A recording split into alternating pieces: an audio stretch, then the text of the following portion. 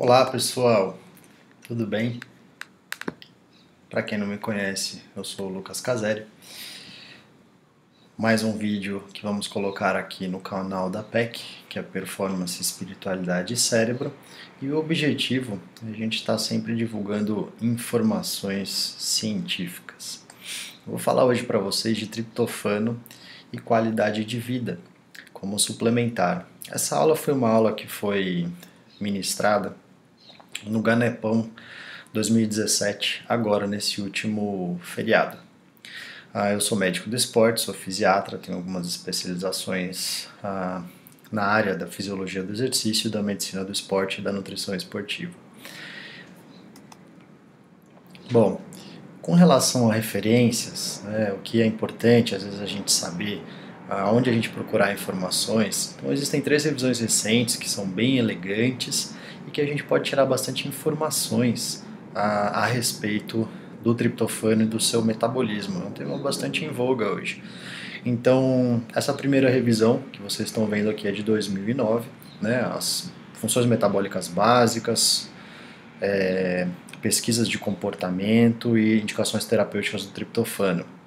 Outra revisão do Amino Acids em 2011, sobre o metabolismo do triptofano, desde a nutrição até suas potenciais aplicações terapêuticas, né? E um outro artigo mais recente no Journal of Amino Acids, de 2016, falando da bioquímica do triptofano, a estrutura, questões nutricionais, metabólicas e aspectos médicos em humanos.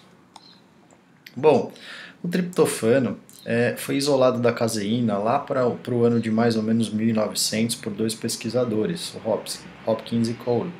A partir daí foi isolado, né, a estrutura molecular, que é o L-triptofano, fórmula levógera do triptofano, que é o que a gente utiliza no nosso organismo hoje. Ele foi artificialmente, né, ou industrialmente sintetizado pela primeira vez em 1949. E lá para a década de 80, pelos métodos de produção industrial, houve uma grande viabilidade e aí sim um aumento da comercialização de suplementos de triptofano. Esse suplemento saiu comercializado no mercado e, no entanto, lá para mais ou menos 1988, 89, houve um grande aumento, né, ou relatos de um aumento de uma síndrome de eosinofilia e de mialgia, né? Aumento dos eosinófilos e aumento das dores musculares importante. O FDA tentou mapear de onde estava vindo isso e foi suspensa a comercialização do triptofano. Parece que foi uma empresa japonesa que, por métodos de produção que talvez fossem inadequados, estava acontecendo isso. Após solucionado esses problemas, acabaram liberando só algumas empresas americanas para comercialização e ele foi liberado de novo em 2001.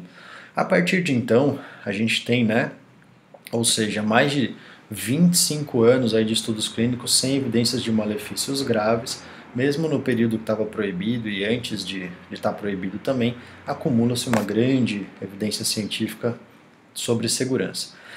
Com relação a isso, evidências científicas de segurança, né? Então, trabalhos aí que observaram a perspectiva da suplementação, da utilização de triptofano, mostram que nos últimos 50 anos, mais ou menos, né, o triptofano tem sido ingerido, né, em formas de aminoácido, ou eventualmente de suplemento, em excesso, inclusive, das recomendações diárias para triptofano, mas sem grandes intercorrências, sem grandes alterações. A gente vai ver mais para frente, a média da população americana come mais triptofano do que realmente é recomendado, né? Então, esse trabalho também bastante recente, de 2016, que avaliou aí o consumo de triptofano na população adulta americana, não estava relacionado a nenhum aspecto da função renal ou da função hepática, tanto para prejuízo quanto para melhora, por exemplo, mas estava inversamente associado a níveis de depressão e alterações do sono. Então, a deficiência de triptofano, quanto mais baixo o triptofano, mais alto é a incidência de depressão e de alterações do sono, né? Então, parece que esse consumo na população americana é tranquilo, é seguro, sem grandes alterações laboratoriais, né? O triptofano ele vai atuar em vários aspectos, né? Em muitos aspectos do nosso organismo. Então, o primeiro deles é a síntese de proteína, que é o principal papel dele no organismo. O triptofano hoje a gente sabe que é uma das mais baixas concentrações de aminoácidos, dos aminoácidos que a gente necessita ingerir. Sendo assim, é um aminoácido que tem menos disponibilidade pela menor concentração e ele pode exercer um papel limitante no processo de hipertrofia muscular, ou na verdade da síntese de proteína, não só, né, de proteína muscular. O triptofano também vai atuar na síntese da quinurenina, que é o segundo papel mais importante dele no organismo. A quinurenina, né, a formação de quinurenina, é na verdade 90% mais ou menos do catabolismo do triptofano. A quinurenina é um componente chave para a neurotransmissão, ela atua em diversos mecanismos. O ácido quinurênico ele é um antagonista do receptor de glutamato, e o ácido quinolínico, ambos são derivados aí da quinurenina, é um agonista do receptor de glutamato, só para a gente ter mais ou menos uma ideia do que a gente pode atuar tanto estimulando quanto inibindo processos de neurotransmissão. Um dos papéis mais comentados, né, ou mais desejados do triptofano, quando a gente utiliza o triptofano, é a síntese de serotonina. Né? Dizem que o triptofano é a pílula ou a cápsula da felicidade por a produção de serotonina. É importante falar que 95% da serotonina está presente no trato gastrointestinal. Né? Só 3% é utilizado para a produção de serotonina no corpo. O resto, o principal papel, geralmente vai para a síntese de proteínas. Estima-se que aproximadamente 1% do triptofano da dieta é relacionado à produção de serotonina. No entanto, apesar de ser só esse 1%, né, um pequeno percentual de triptofano que é destinado à produção de serotonina, qualquer variação nessa quantidade de serotonina, principalmente nível central, nível cerebral, pode gerar grandes alterações comportamentais, psicológicas, de vários processos, por exemplo, de memória, e até mesmo de condições psiquiátricas. O triptofano, para ser serotonina, para ser sintetizada, ela tem dois processos. Primeiro, o triptofano, pela triptofano descarboxilase, é convertido no 5-hidroxitriptofano, que também é um suplemento que pode ser utilizado, que é comercializado no mercado. É um processo que é dependente de oxigenação adequada, ou seja, se a pessoa não tem, vamos supor aí, um quadro de isquemia cerebral ou um quadro de aterosclerose, que também envolve artérias que vão para o sistema nervoso, essa alteração de oxigenação pode prejudicar a síntese de serotonina. Posteriormente, o 5-HTP é convertido na serotonina pela enzima aromática ácido descarboxilase. Então, o triptofano ele vai entrar na barreira hematoencefálica, depois a gente vai ver que ele compete com aminoácidos neutros para a entrada na barreira hematoencefálica. O triptofano vai ser convertido em 5-hidroxitriptofano, posteriormente em serotonina e depois no 5-hidroxiindol acético, né, que é o ácido também pela monoaminoxidase. Então, alterações que você precisa entrar com antidepressivos, inibidores de recaptação de serotonina ou inibidores da MAO, por exemplo, né, da monoaminoxidase, você pode ter um aumento exagerado da serotonina. Né? O objetivo do triptofano com relação à serotonina é que aumente o nível de serotonina cerebral. No entanto, se você inibir, né, a recaptação da serotonina, ou se você inibir a MAO, que é quem vai catabolizar esse triptofano, quem vai metabolizar esse triptofano, você pode eventualmente ter algum tipo de intercorrência como uma síndrome serotoninérgica. Né? Então o triptofano atua também na síntese de triptanoides, pela descarboxilação do triptofano. A triptamina é tida como um neuromodulador da serotonina, ou seja, ela atua em vários processos excitatórios e inibitórios, e muitas vezes ela tem uma ação, que seria a serotonina, serotoninérgica, no entanto, sem precisar de receptores específicos para a serotonina. Né? Atua também na síntese de melatonina, então algumas pessoas que usam triptofano referem que o triptofano dá um soninho. A melatonina é um hormônio envolvido em ritmos circadianos, né, ciclo sono-vigília. Ele é um regulador de comportamento e de alteração de padrão de sono. Tanto é que, recentemente, né, tinha sido proibido a melatonina, ninguém entende direito por quê, mas enfim, já foi liberado de novo. Então ela melhora a latência do sono muitas vezes. Então é importante as pessoas que não dormem ou dormem pouco acabam tendo uma recuperação melhor durante o uso da melatonina. E a melatonina vai atuar no processo digestivo e na motilidade intestinal também. Então o déficit de triptofano também pode alterar questões intestinais. O triptofano ele atua na síntese de nicotinamida adenina dinucleotídeo. O que é isso, né? Na verdade, isso é a via de produção energética, né? Então o triptofano é um substrato para a síntese de NAD e é essencial para a cadeia de transporte de elétrons. Para geração de energia, o triptofano vai ser importante. Além disso, o triptofano também é associado à produção de vitamina B3, que é a niacina. E a niacina, a vitamina B3, também vai atuar na produção do NAD. Então, existem duas vias da produção de NAD, ou pelo próprio triptofano diretamente, ou pela síntese de vitamina B3 e aí posteriormente de NAD. Falando em vitamina B3, pela via da quinurenina, do ácido quinolínico, o triptofano atua na síntese de vitamina B3.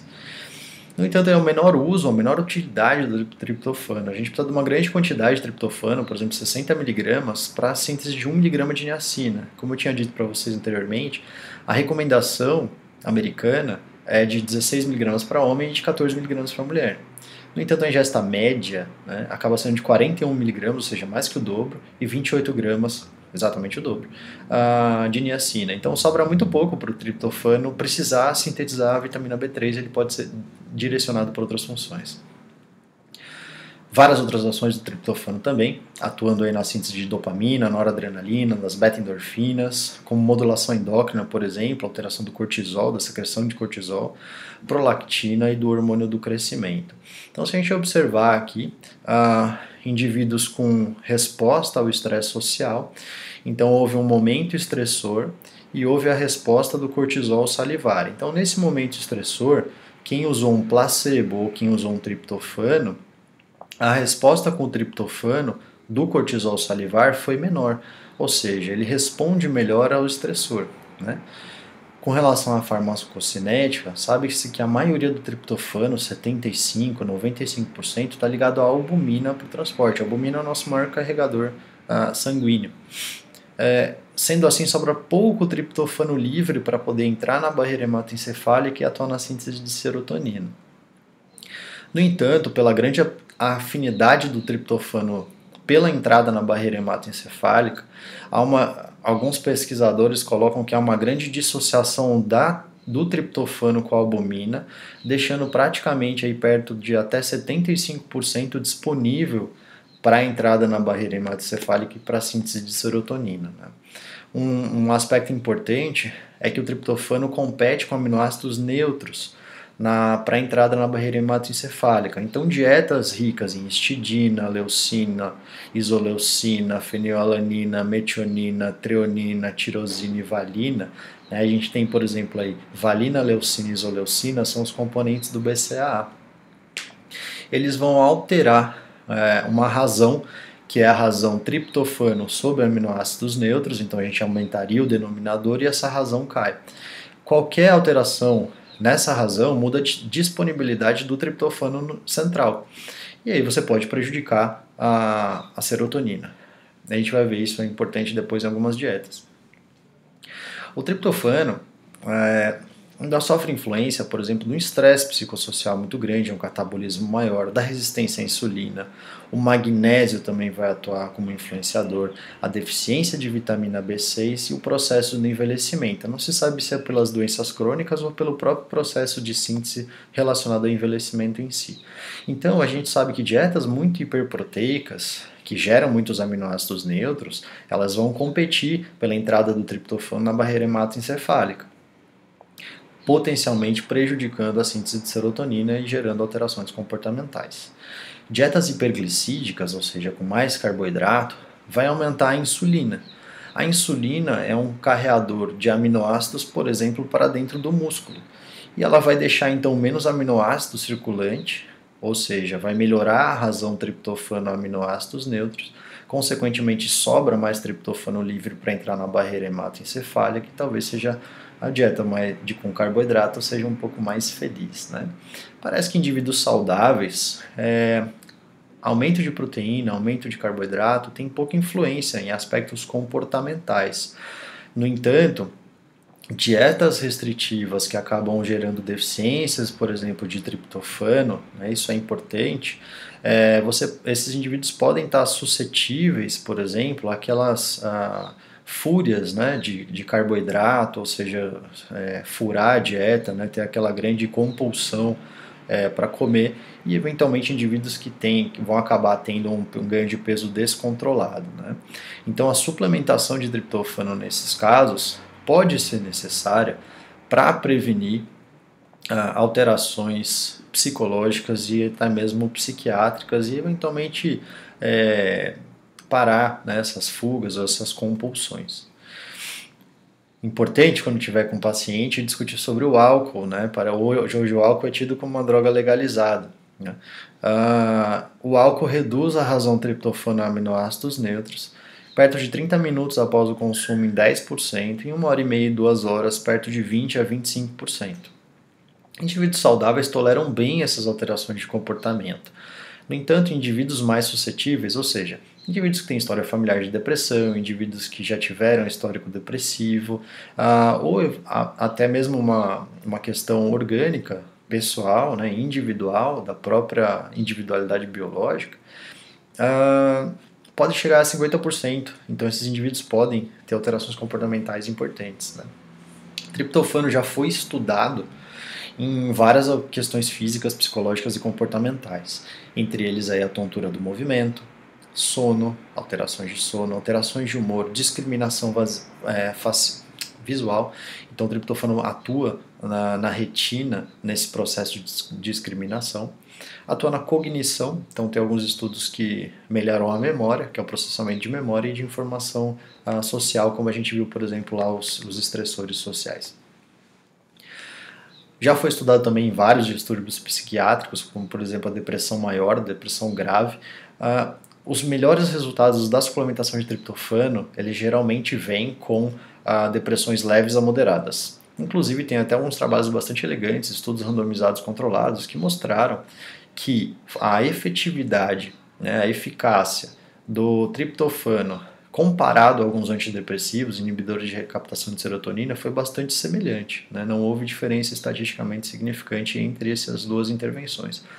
Mas na depressão grave, metade dos trabalhos falam que não há resultados adicionais à terapia convencional, por exemplo, com eletroconvulsoterapia, né, antigamente chamado de eletrochoque, ou medicamentos que são utilizados na depressão. Então, alguns trabalhos dizem que há associação positiva, ou seja, se eu adicionar o triptofano ao tratamento convencional eu tenho melhora, e alguns trabalhos dizem que não. Existem várias variações, fazer trabalhos qualitativos é bastante complicado do ponto de vista científico, né, a avaliação desses trabalhos, então isso não é uma questão grande ainda.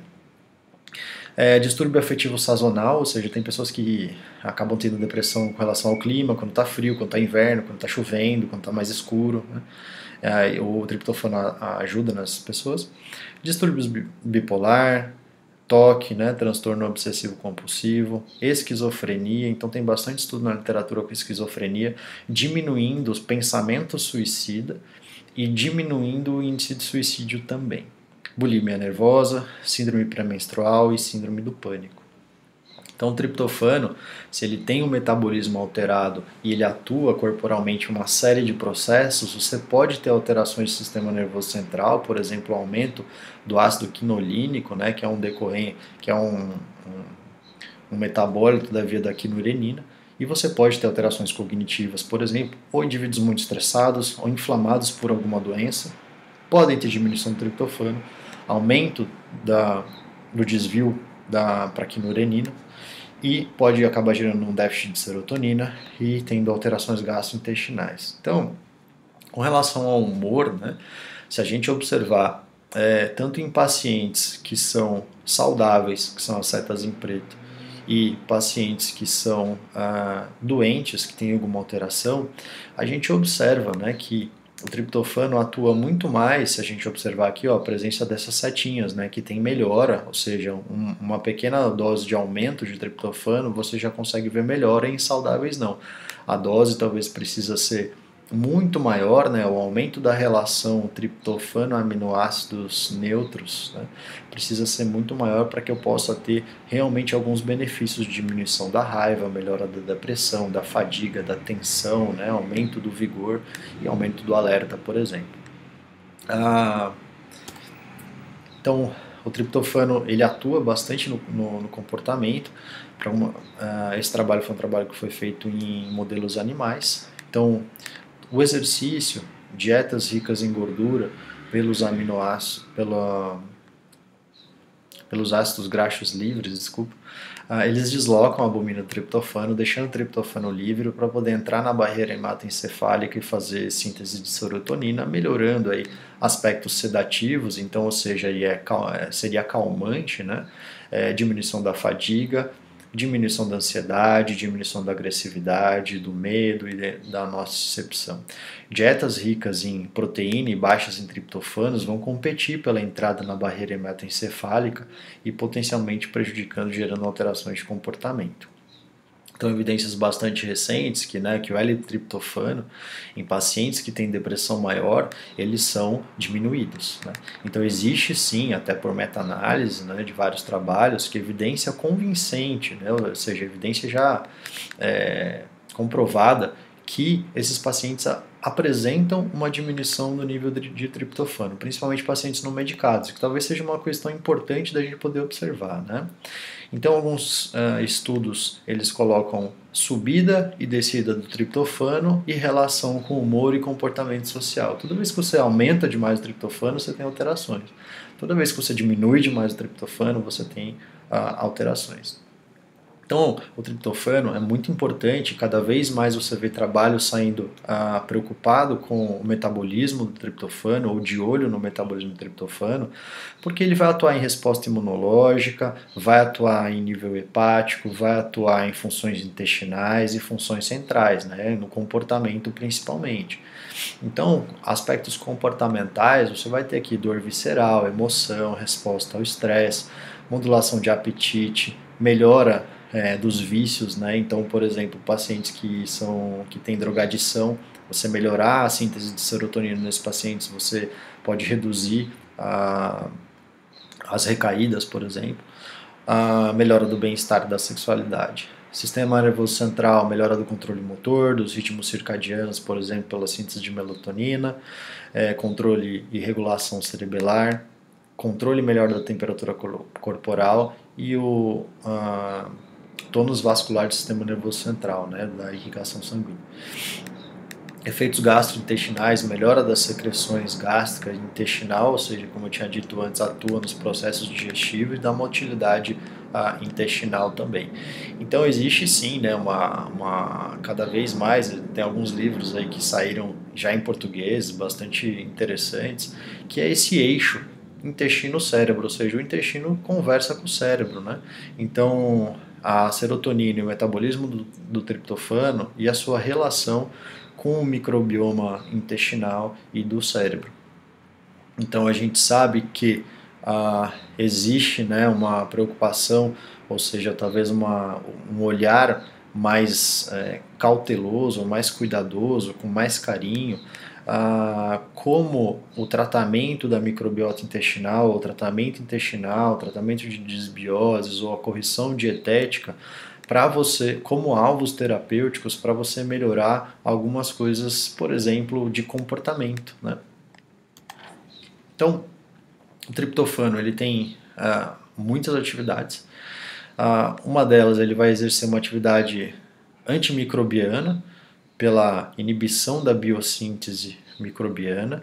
O triptofano vai atuar também como melhora da tolerância imunológica, atuando nos linfócitos T reguladores e nas células T. E atividades antioxidantes pela diminuição da produção de radicais superóxidos, prevenindo aí citotoxicidade, apoptose, que é a morte celular programada, e a proliferação linfocitária. Então, o triptofano ele atua em muitos processos corporais, até mesmo paciente, por exemplo, com dor crônica, né? Foi feito um trabalho bastante anos atrás, e com melhora da tolerância do limiar de dor. Triptofano em pacientes também com fibromialgia, que também cursa com dor crônica, né? Na verdade, aqui foi um metabólito do triptofano foi utilizado, que é o 5-HTP, com melhoras, né, da sintomatologia de pacientes com fibromialgia. Toda vez que você tem inflamação, como eu tinha visto ali, como a gente viu neste gráfico aqui, toda vez que eu tenho inflamação, eu acabo inibindo essas enzimas que fazem o catabolismo e eu posso gerar outras, né, eu posso piorar a atividade antimicrobiana, eu posso piorar a resposta imunológica e eu posso deixar o organismo suscetível à oxidação. Então, alguns estudos já estão bastante recentes, estudos de revisão, dizendo essa conversa aí, né, do metabolismo do triptofano, por exemplo, com doenças cardiovasculares. Por quê? Porque a aterosclerose é uma doença de perfil inflamatório, uma inflamação subclínica, então que eventualmente você tem inflamação, você pode ter déficit no triptofano, na via da quinurenina, então isso está envolvido aí com potencialmente a patogênese, né, a fisiopatologia de várias doenças, né?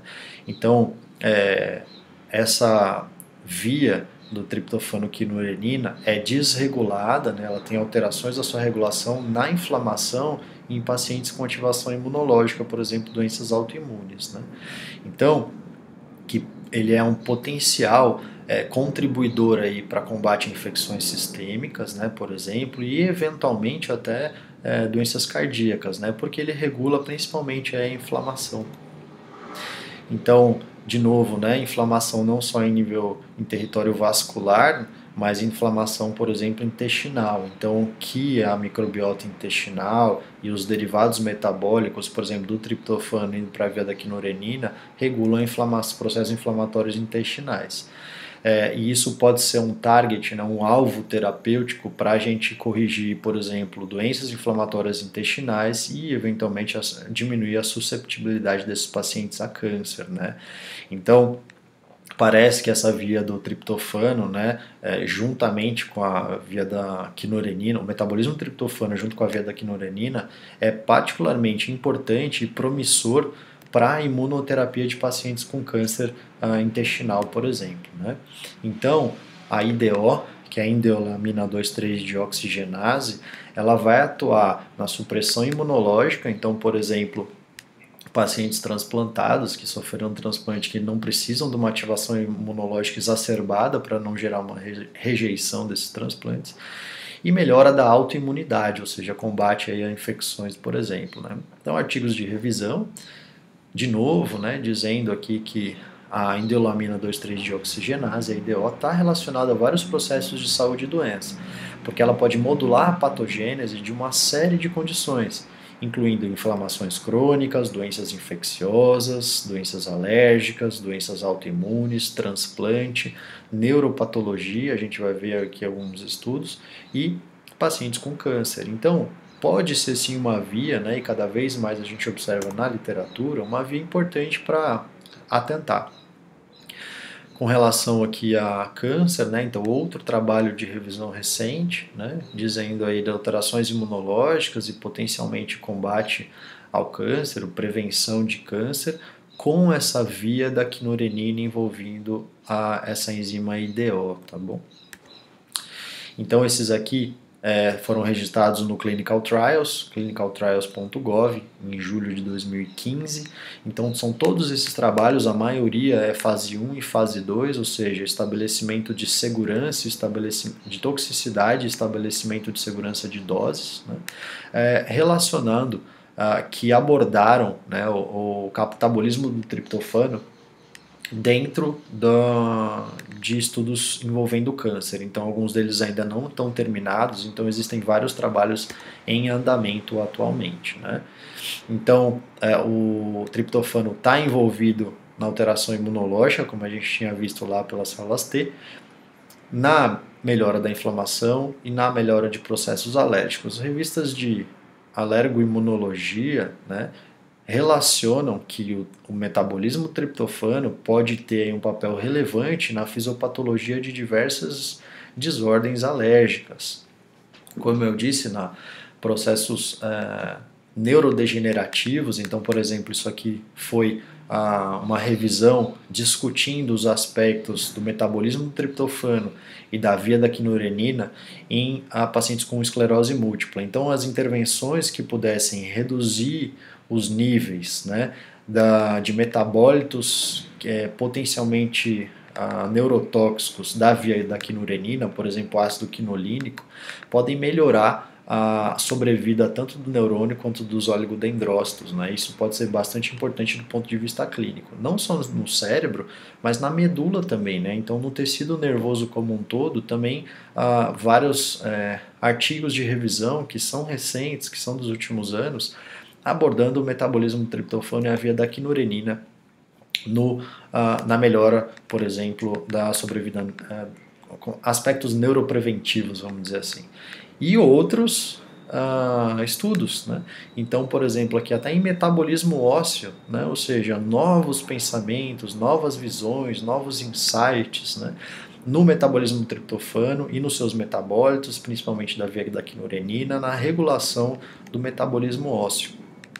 Nutricionistas sabem muito mais do que médicos, né? Onde a gente tem as grandes concentrações de triptofano dietético, né? No entanto, o que é importante está nesta coluna aqui, que eu estou escondendo pela minha câmera, que é a razão triptofano aminoácidos livres, tá bom? A gente pode olhar, por exemplo, aqui no Peru, né?